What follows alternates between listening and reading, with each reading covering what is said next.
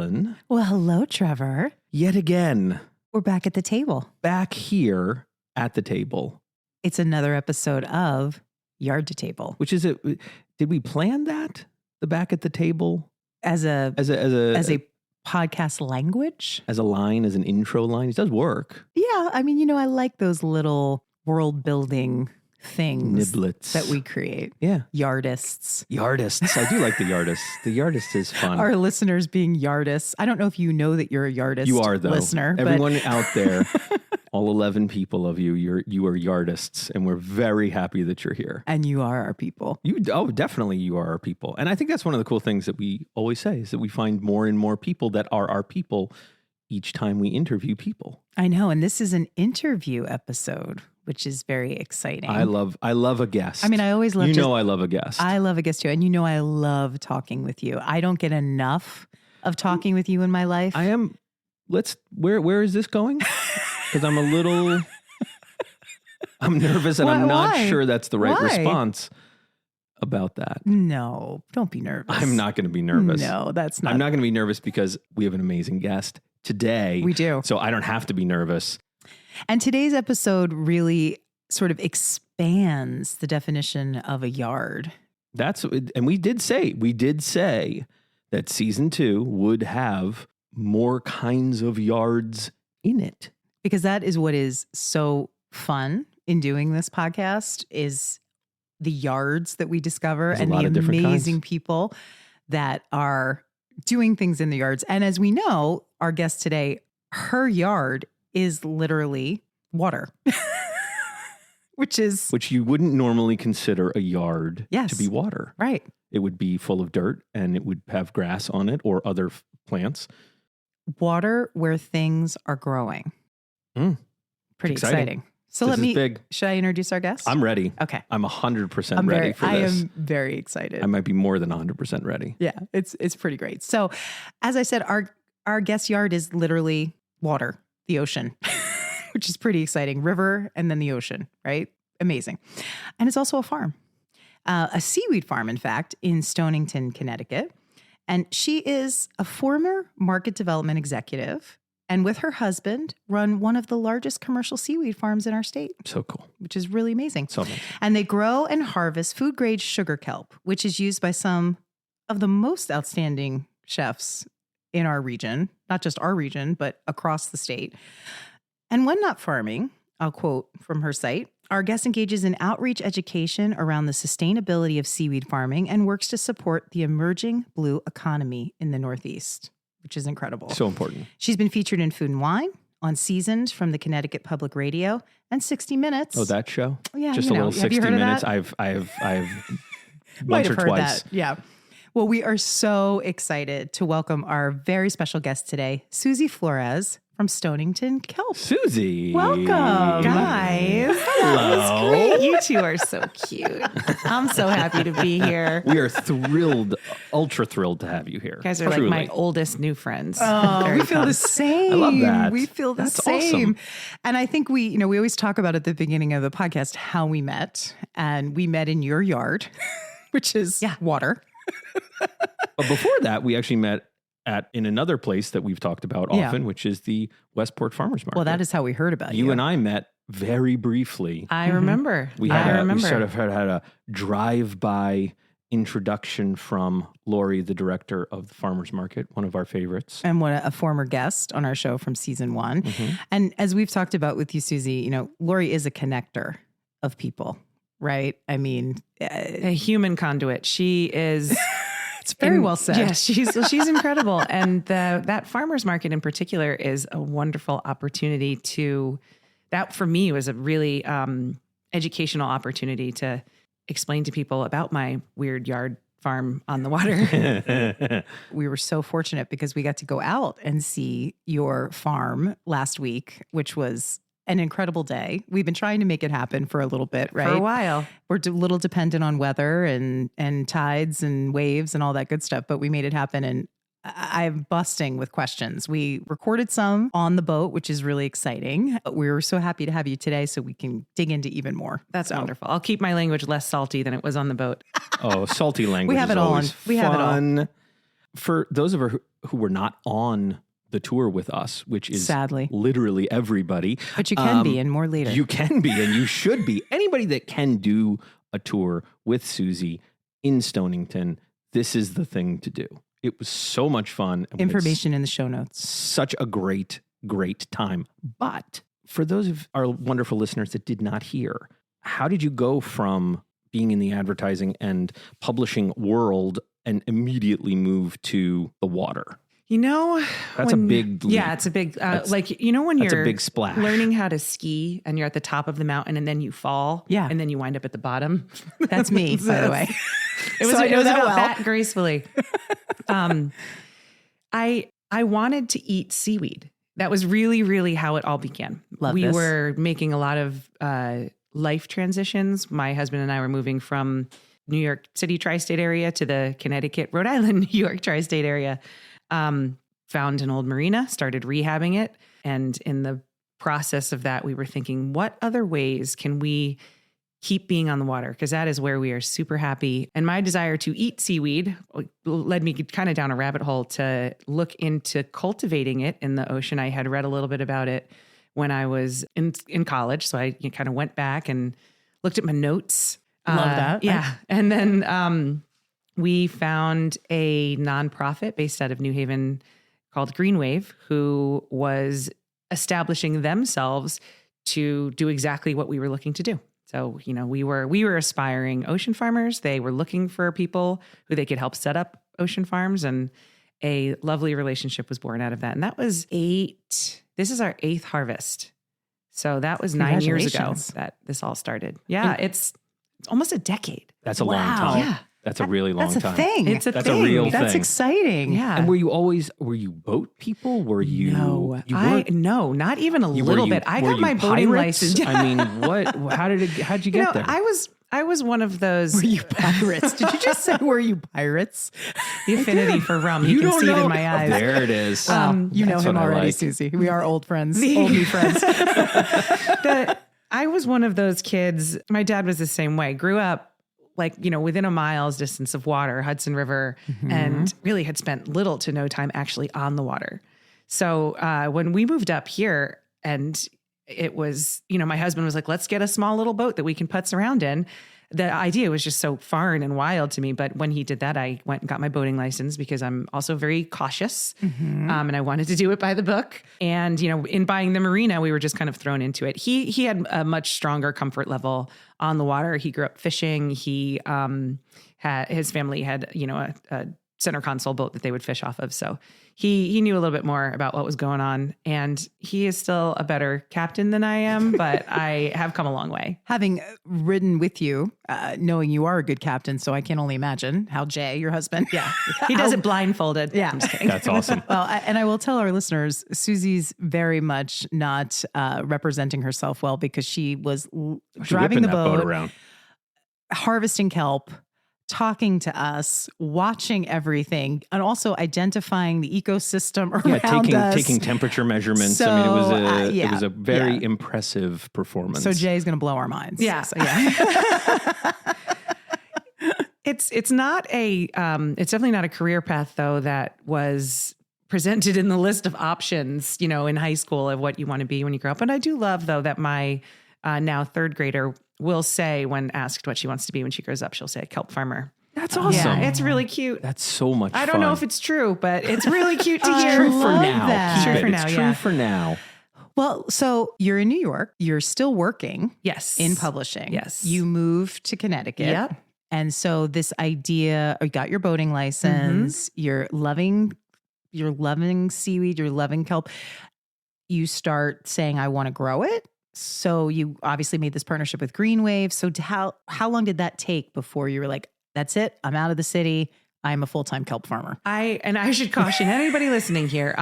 Seaweed is a part of your economic portfolio. It really, you're not going to find a lot of people who are doing this at the scale that we're doing it and are not supplementing their income in other ways. What was so exciting about this industry was that it was so new and there was so much potential.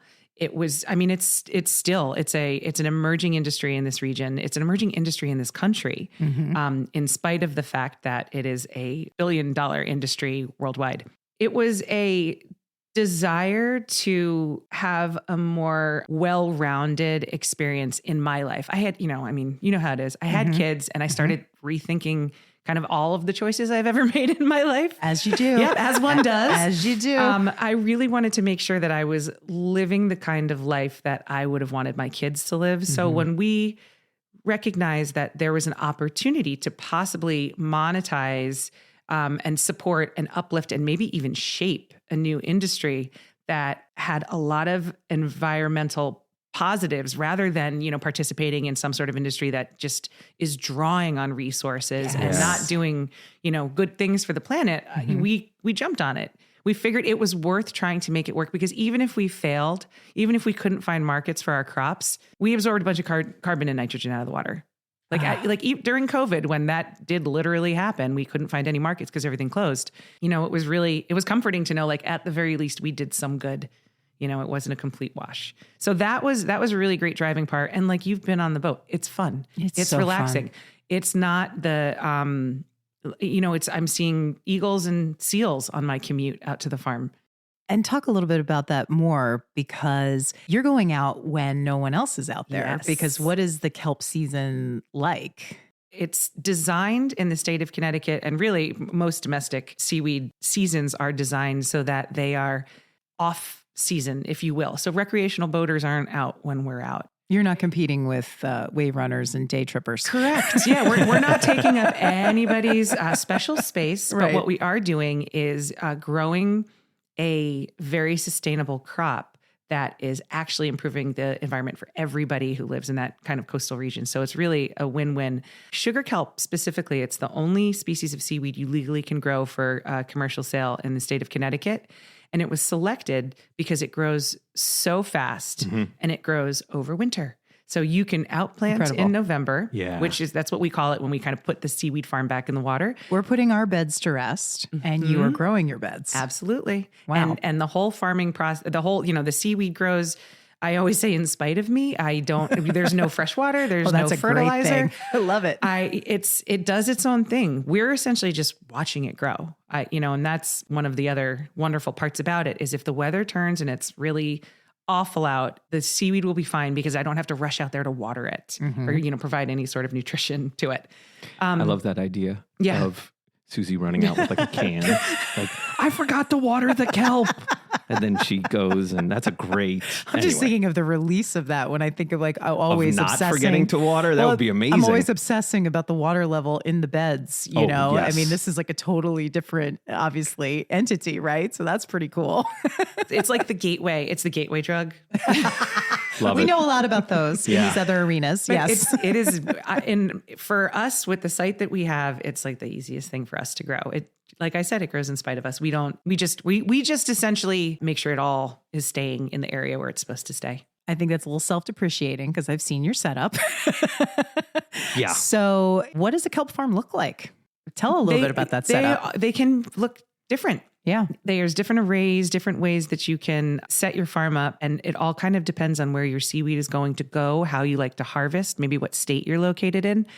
There are these really cool farms in Long Island that I absolutely thirst after. I want to try this setup so badly.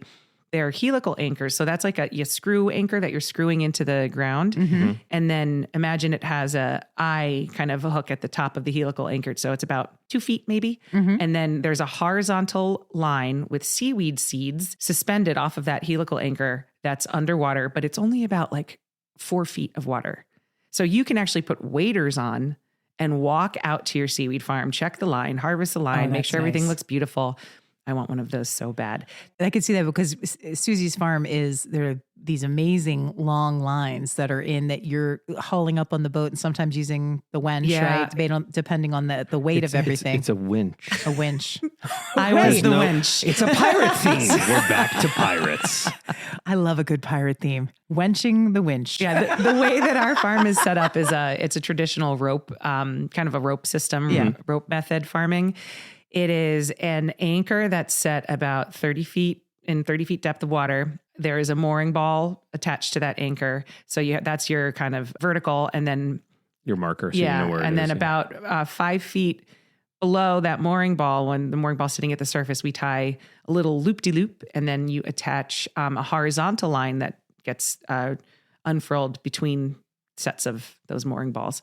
And so the seaweed, we do scuba on our farm just for funsies, not because it's required, but the seaweed grows, it's in 30 feet of water, but it grows about 5 to 8 feet below the surface of the water because it's suspended on those lines. So when we go out to the farm to harvest or to check the lines or to take some sort of measurements, all we have to do is use the boat hook, the gaff, to pull the line up, and then we can just have a look. Which is what we saw, Yeah. which is very cool. And on a calm day, it's really wonderful, but you do not want to be out there when the weather is snotty and the wind is blowing you all over the place because of the fact that what we call it hooking into the farm, because of the fact that you have anchors suspended on the ground, boats can swamp, props can get, line tangled in them if you're not being careful. So we really do pick our days, which is the thing I'd love to figure out with the tours. And I think I think it was one of the things that surprised me so much was that we were getting very specific when we were emailing back and forth about dates and times. And I think one of the emails you said,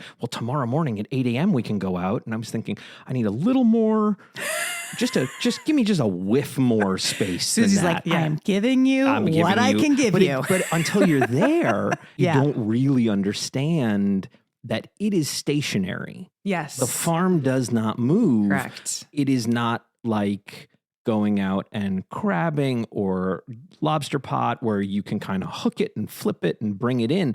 It's all there. And the boat, because of currents and motion of the ocean, it moves. So you have to do these 11 things together. And until I was there experiencing it, I didn't know how much the time and tides really matter. I try to make it easier on myself when I pick the days to take folks out. And we've had experiences where we've had to disappoint people because we get out and, the wind says it's going to be blowing with a certain energy, but you get out there and it happens to be a little bit more in that moment. And it's a bummer. But the last thing you want to do is the ocean. Like you're not going to win. So and again, be respectful. You're, like you said, you're cautious, and you're trying to make sure your guests are safe. But I think it's one of those experiences that's worth the wait. So maybe disappointment happens, but persevere. Yeah. Because it's such a incredible experience. And I know you're in that shoulder season, or especially now, right before the real action. What did you call the boats popping up on the water? It's like that's my signs of spring. The daffodils popping up. I love that. It's all the boats are coming back in, and I love seeing them. I feel a little safer knowing that there's more folks out there. I'm again, not that it's happened. I'm going to knock on your table here. Knock away. It is wood. The counter side to that is as more boats come into the water, they tend to get a little bit more curious and might zip around the farm while I'm hooked in and wake me a little too hard. And that would not be good. It's not good. Not great. No, I could see that I was getting nervous too with the lines. I'm like, where's the engine? And how's that all going to work? Just for you. I'm like, don't lose that seaweed. So are you the only seaweed farm in Connecticut? Or there are more? How many seaweed? This is so new to us and it's so exciting. How many seaweed farms are there in Connecticut? In New England, are we a big producer? So Connecticut is actually the first seaweed farm in the country. Oh, wow. Was put out there in Connecticut waters. And it was, I believe, associated with UConn. It was Dr. Charlie Yarish, who's a marine biologist, and he is called the godfather of kelp. Sure. He did a lot to move the dial. Yeah. He's actually a guy from Brooklyn too, so he has a great accent. Amazing. I love it.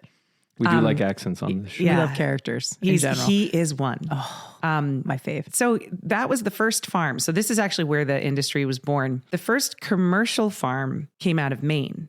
And so Maine has a really nice setup because they had such a strong commercial fishing industry.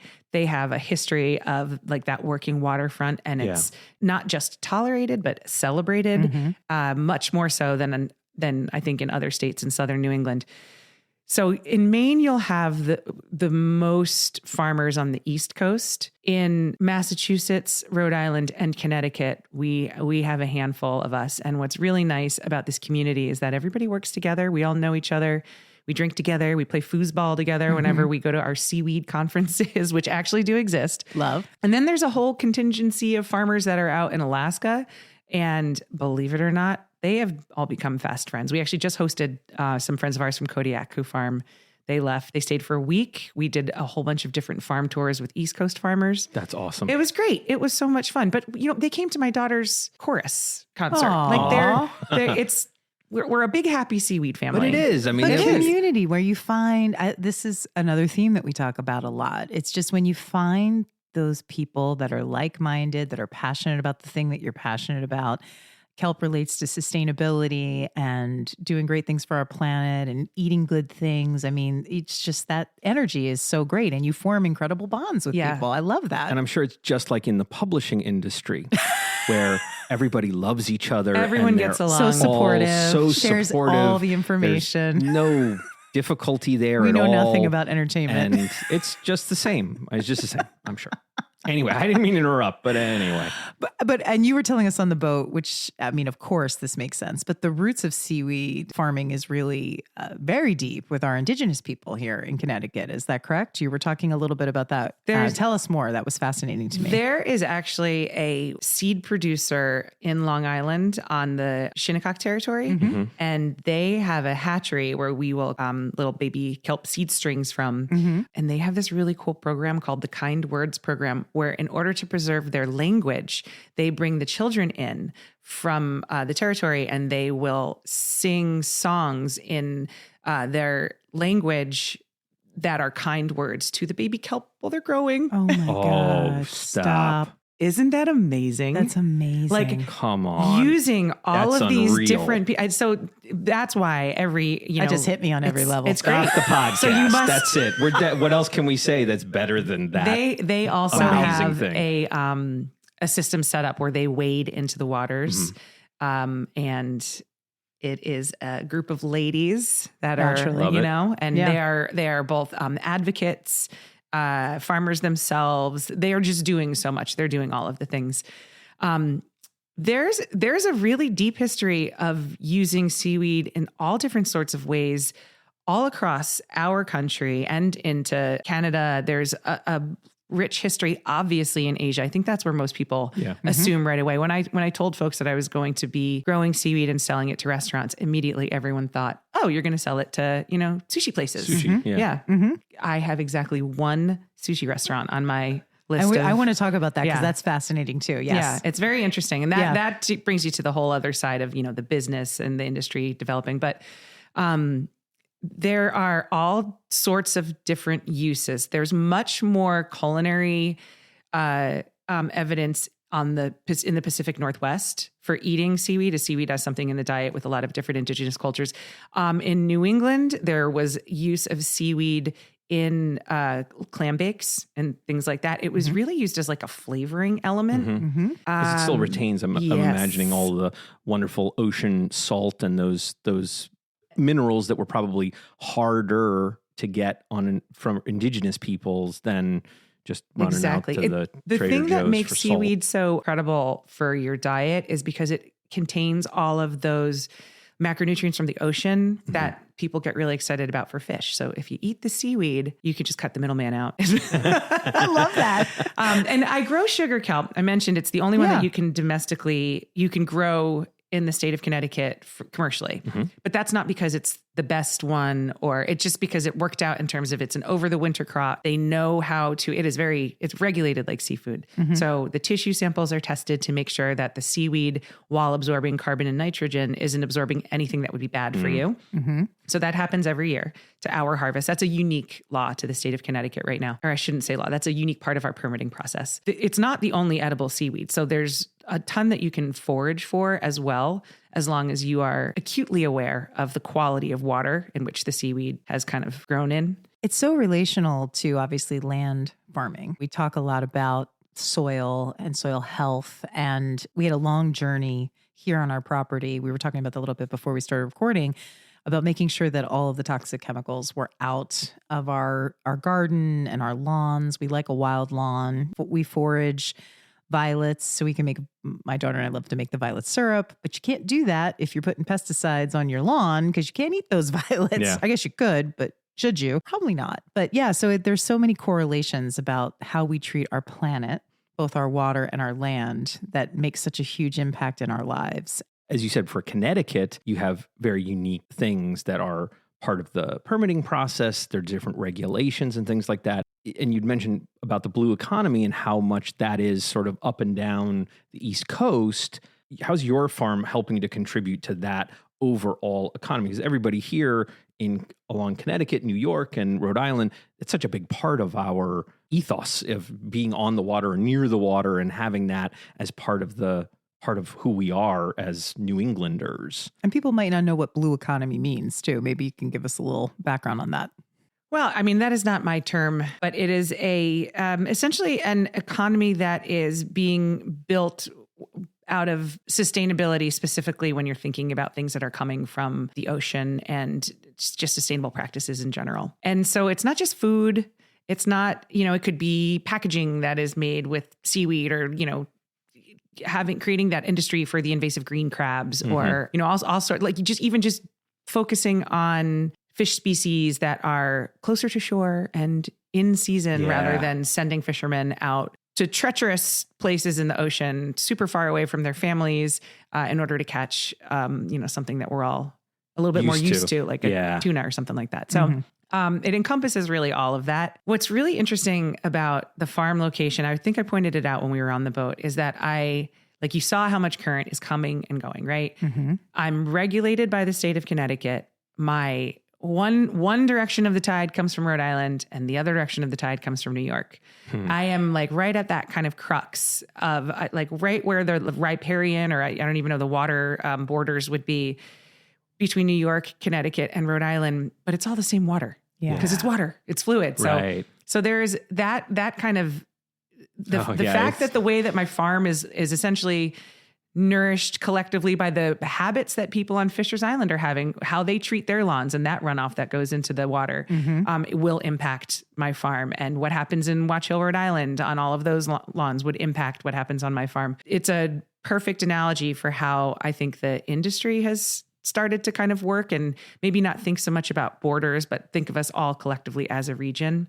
I kind of forgot what the original question was. I got very excited about that. No, it was a great answer. What do you see the role of your farm being? I think you just really answered it. You see it's a cycle. I mean, it's a circle, I guess, right? Yeah. Time is a flat circle. And it keeps going, friend.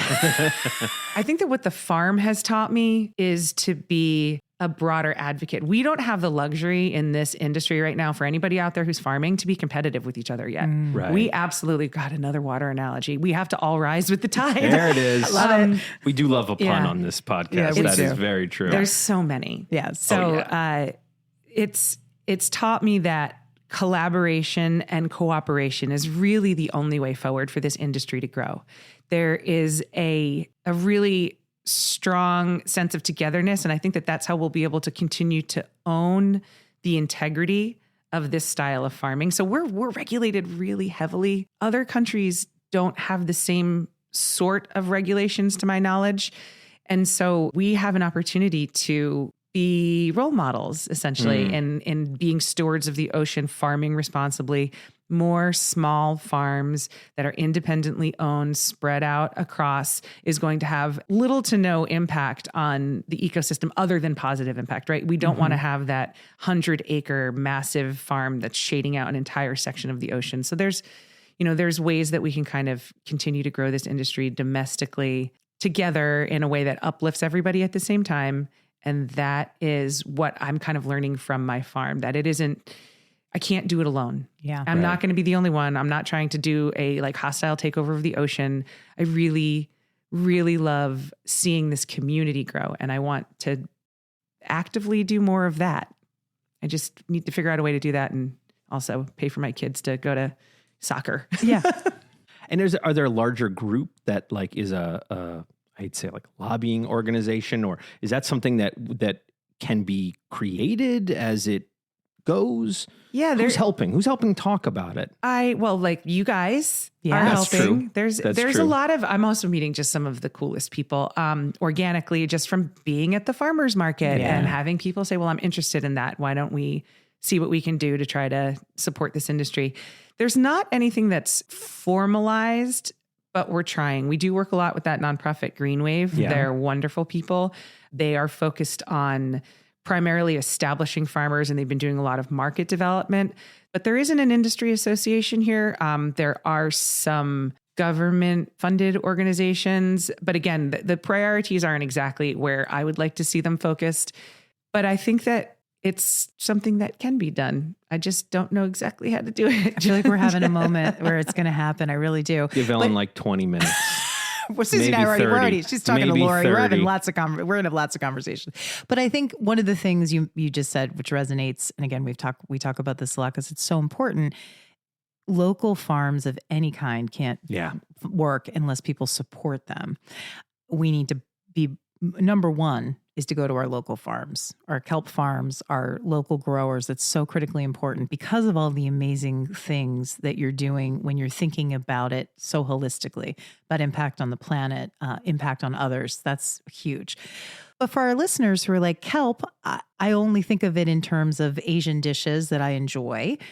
How would you suggest people get their intro to kelp? You've had some amazing partnerships with some local chefs. You have recipes, I know, but how do we get someone who is, why kelp? How do I eat that? How do I get it from Suzie?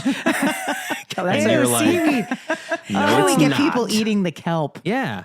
Well, we are working with this awesome organization called the Yellow Farmhouse, which is a food education nonprofit that's based in Stonington. They're also putting in a kelp processing kitchen through a grant that they won with the sole purpose of trying to help small farmers like myself have a commercial kitchen where we can process seaweed to be used as an ingredient for bigger deals potentially. So that's really awesome. Awesome. They're great. And we're doing another program with them, which is starting to introduce kelp into public schools through culinary education and then also recipe testing directly with students in the school district. And my kids' schools are going to be the first kind of test case of this model. And I'm really excited to embarrass them. I love it. It's going to be great.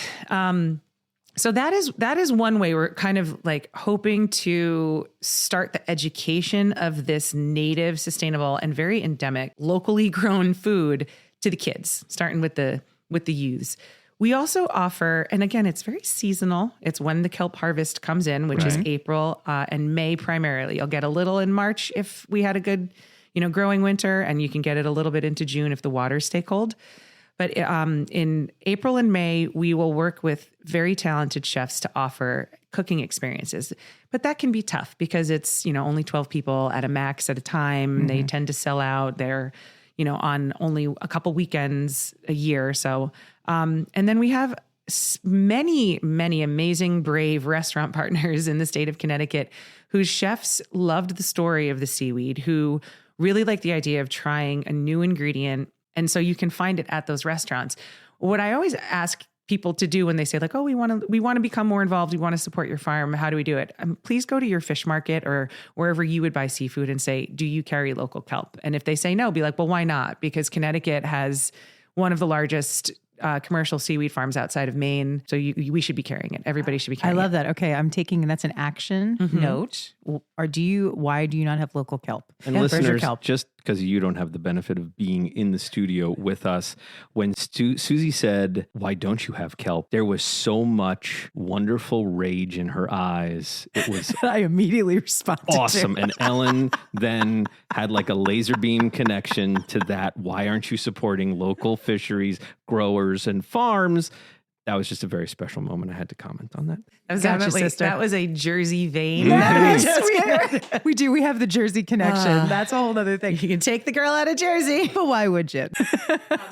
A lot of the seafood places carry seaweed salad, but it is imported, it is dyed, it is loaded with preservatives, and it has sugar in it. So it is a very replicable menu item. Anybody can make it at home, and you can use fresh ingredients. You know, it's like buying the pre-made a pre-made salad versus, you know, just chopping the vegetables on your own at home. Yeah, for us, we always marvel at how much less vegetables we buy, because you have asparagus that you literally crack off from the garden and you eat it, and you eat it raw, and it's so sweet, and you can't go back. You can't replicate You once can't you've go had back. the good So stuff. that's the same thing. Like if you have what everybody knows, bright green seaweed salad, and it's like neon in color, and it leaves a lot of color, and I'm always like, what is that? How does that work? Well, that's the last time I'm eating that.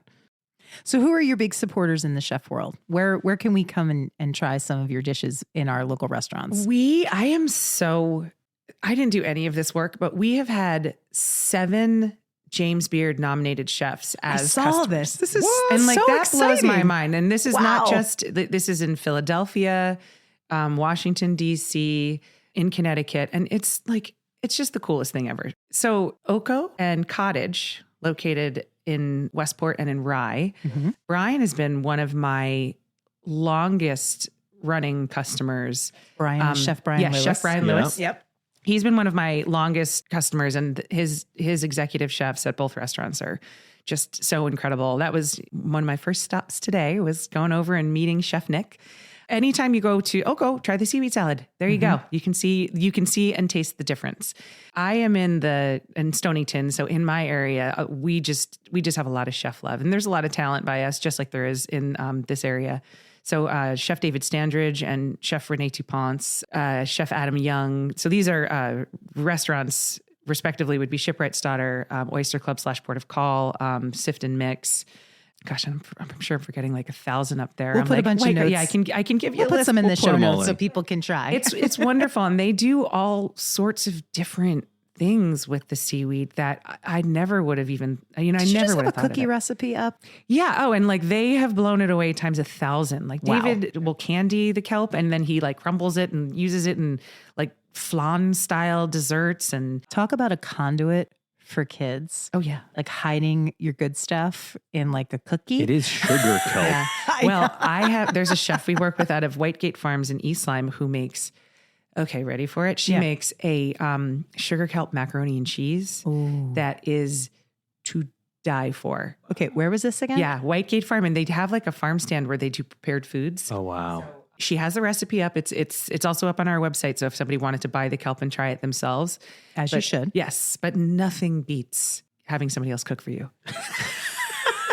Spoke your words.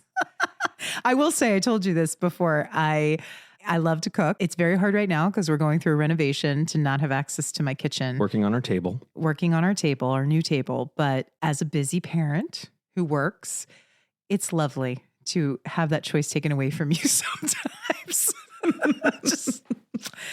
That's a nice feeling, Yeah. you know, on a particularly busy day, like you driving many hours to get down here to deliver to a chef partner, coming on a podcast, getting back before the kids get home from school, right? It's great. Yeah, It's we great. do. Yes, we do. Yeah.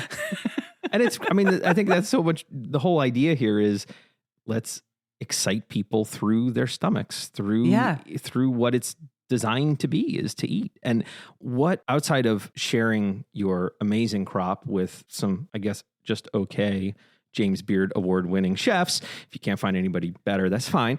What other products do you have at Stonington? So we did and we will relaunch everything next year with this new kitchen coming up, but a vegan furikake and I saw this. Yeah, That sugar kelp, looked incredible. Sugar kelp sea salt.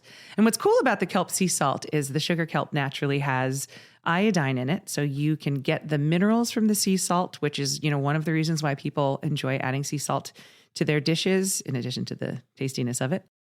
The iodine from the kelp. And you don't need as much salt when you have the kelp there acting as that sort of umami, savory enhancement to your foods. Trevor got me some seaweed salt, which we liked very much, but I'd rather have From the sea Susie's. bean.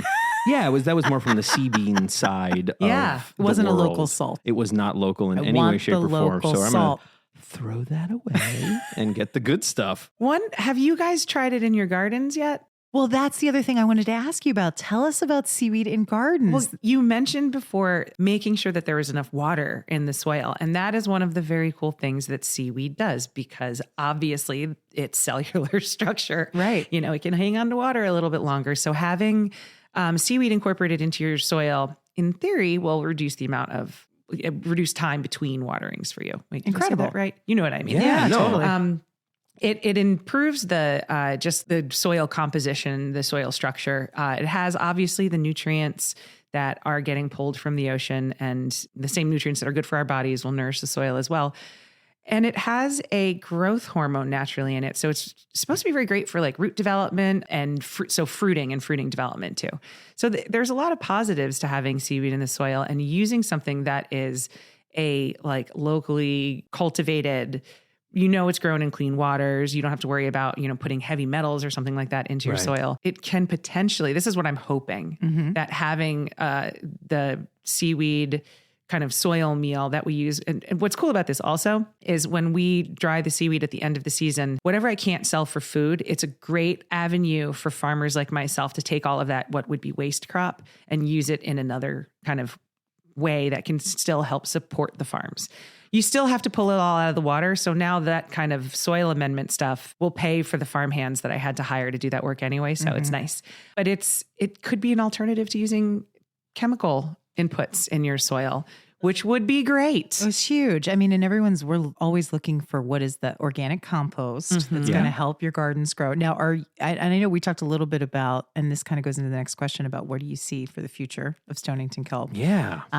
And because that's not the sole focus of your business. Obviously, it's the fresh kelp and the farming, but that is another piece. So is there places where you can purchase your kelp for gardens? And then would you see that as a bigger part of the business in the future? Yeah, I think that that's going to be a really big part of the business for our farm and for the other smaller regional farmers, because the processing infrastructure is minimal. That's sort of like our minimal, like viable product that we could make.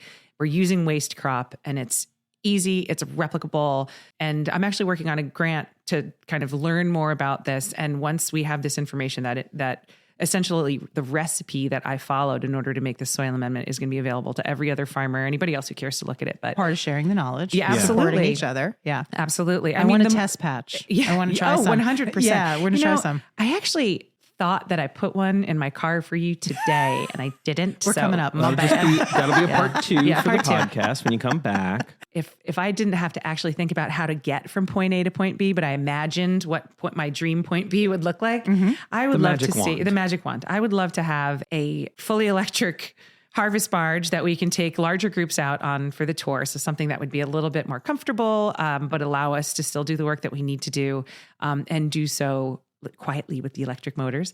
I would love to have a broader outreach with ecotourism, because that I think is a really key way in both uplifting the local economy in terms of driving tourism. It pushes people to the restaurants so they can try the kelp. And we love our restaurants in the Mystic Stonington area. And then it creates kelp superfans for life. So I would love to see that. I would love to see the soil amendment thing just really take off in this region, that every single garden center that sells the vegetable plugs, the fruits, all of it, that all of them are carrying local seaweed products. And I would love to see our seaweed on the back of all of the seafood trucks that are already driving up and down. I don't want to add another truck to the road, but I would love to cram boxes of seaweed on the back of said trucks so that the chefs who all want to try it have access to it. So again, your action call, listeners, is to go to your local seafood market and say, do you sell kelp, and is it local? And if you don't, full of rage, why not? That asking the question of where it came from is huge. It's so massive, because, you never know. I think a lot of people think, especially at least where I am in Stonington, like we're in a fishing port, like a fishing village. Yeah. It's coming from right there. Correct. Right. But guess what? It is not. You are. It is amazing how far your food travels. And I think it's an educational process to teach people how to ask that question. Yeah. Because I think to your point, it's not a natural. People don't think to ask, but as we learn more and more about where our food comes from, as the farmer's market says, who grows your food? Well, where does your food come from? That's a really important part. And I think, and certainly on the water, because I've looked, there's really only a very, very small handful of fishers that are truly only focusing on what can I get in this very small area around the sound, from the sound, right outside. And to your point, that not everybody is comfortable with the kinds of fish that are coming right out of their local waters. Yeah. And that's is ridiculous. It is. And the water is a changing. Mhm. Like there's new fisheries that are being introduced in our area. Other fisheries are leaving the area because of the changes in the water. So having the ability to have your palate adapt as well is going to be really important, whether you like it or not. Unfortunately, it's as you said, that everyone is responding to how the world is changing and what's available. That's super important. What's your favorite kelp recipe? I think it might be that. Is it the mac and cheese? 'Cause Lightning I'm literally round. going on. Favorite? the one that I make the most is probably the kelp furikake that we have. It's just sesame, salt, sugar, and lots and lots and lots of seaweed. And I make that the most because I put it on everything. French fries, popcorn, eggs, rice. Oh my God, I want it on popcorn right now. Ice cream. It's so good. my God. It's so good. Sprinkle it in my mouth. Yeah, it's delicious. But the one that I do like the most would be that using the seaweed. Ooh, and I do like a good poke bowl. But I think it might be the macaroni and cheese. That sounds amazing. It's really great. There's also a seaweed puff chip kind of that David makes out of shipwright's daughter. What? I know, it's really good. Oh, that sounds we delicious. got to get up there. Yeah. I do like a kale chip, because they're so crunchy. And I bet this would be like, yes, because of the cellular structure would really change. I think he uses like a tapioca flour a little bit on it to keep it dry so that when it's very good. There's a lot of them. Renee did a bucatini once where the seaweed was in the pot. Like it wasn't seaweed next to a piece of pasta. Like she made the pasta homemade and the seaweed flour was in. I bet that would be, I can see where that structurally how that could happen. That sounds amazing. It was so good. So we ask on the podcast always, what's going on in your yard? So knowing your yard is the water, what's going on in your yard right now? The yard. Spring happens in the water too. Mm-hmm. So my, the signs of spring in your yard, your beautiful flowers that are starting to pop up. I saw all of the harvest poking out through the dirt. The sights that I see of spring are obviously more boats on the water. But the daffodils. We have the shellfish bloom will be coming soon. And that is when you start to see tiny, tiny little mussels and marine snails on a lot of the gear that holds the farm up. And I'm starting to see more birds, actually. The birding of seaweed farming has a complete shock. Did not think that I was going to become so accustomed to all of these different winter ducks. But so now we're seeing the transition of the birds and the signs of spring are coming. The water temperature is starting to slightly creep up. It's time. Yeah. So we got it. We probably have about 5 more weeks of kelping. Oh, wow. Yeah. The season. And then what do you do over the summer?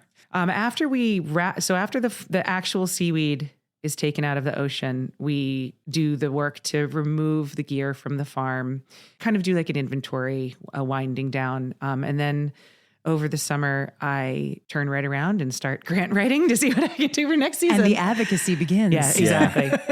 But that's a lot of what that downtime is. It's, when I can have a moment of silence, maybe before the kids get up and start thinking about what we want to do, how we want to grow. Yeah. Oh, that's exciting. Do you have a land? Do you do growing on land? I grow a ton of flowers. I love it. So I love growing flowers, and then most of I just love them. Most of my herbs and things like that, I have all in raised beds or like big giant buckets because I am still working on my soil. Mm-hmm. We can talk about that. Yeah. Well, again, Suzie, thank you. And what an incredible experience. We highly recommend taking the Kelp tour for Stonington Kelp because it is really such a mind expander in so many ways. Plus, it's beautiful and fun. And Suzie is a consummate captain and host. So that was an incredibly fun experience. And thank you for just the education level and being a farmer and doing all that you're contributing to our world and our environment. Thank you. I'm so thrilled that we had this opportunity to talk to you. This was great. We had such a phenomenal time before and now, and I know in the future. Thank you so much for being here. It was absolutely my pleasure. Thank you so much for having me. Ooh, that's Suzie. Amazing. Original, a real original. A friend now and a friend for life. If you're okay with that, Suzie. Yeah, I think if she's, if you're out there, that's what Ellen really wants. She's so impressive. No, it's awesome. And the work that she and her husband Jay are doing is just so interesting and important and just really what we all need to be doing in this world, caring about the environment and finding new ways to bring healthy, delicious food to the table. Making good, tasty stuff. Yeah, like that mac and cheese. Ooh, yeah. What did you think about that? I mean, as surprising as she mentioned it, but I think it's well documented that I have a long love affair with the mac and cheese. So that is on the list, 100% on the list. Well, for everyone who is very excited to try that, the recipe for that delicious kelp mac and cheese is on their website on stoningtonkelp.com. And we'll drop that in the show notes for you. And in order to make it, you actually have to get kelp, and it is the end of the season. So there are some places where you can pick up fresh kelp. There is the Ditty Bag in Stonington, Whitegate Farm in East Lyme, Flanders Fish Market in East Lyme, and Fiddlehead's Food Co-op in New London. And if she's coming to the Westport Farmers Market, we'll drop that in our stories as well. And here, locally, there's some restaurants, too, that are obviously doing in Fairfield County, there's quite a few that are huge supporters, yes. Maybe we go on a little, you and me, a little date night. A date night? Yeah, we could do Oko or the cottage or a little Kelpie something. I love that. A little date night. I like a date night. That's the plan. Thanks for being with us and having a seat at our table. Yard to Table is a production of Macrocosm Entertainment. Don't forget to rate us and subscribe anywhere you listen to podcasts. And for tips and more information, follow us on Instagram @Stonebrook House.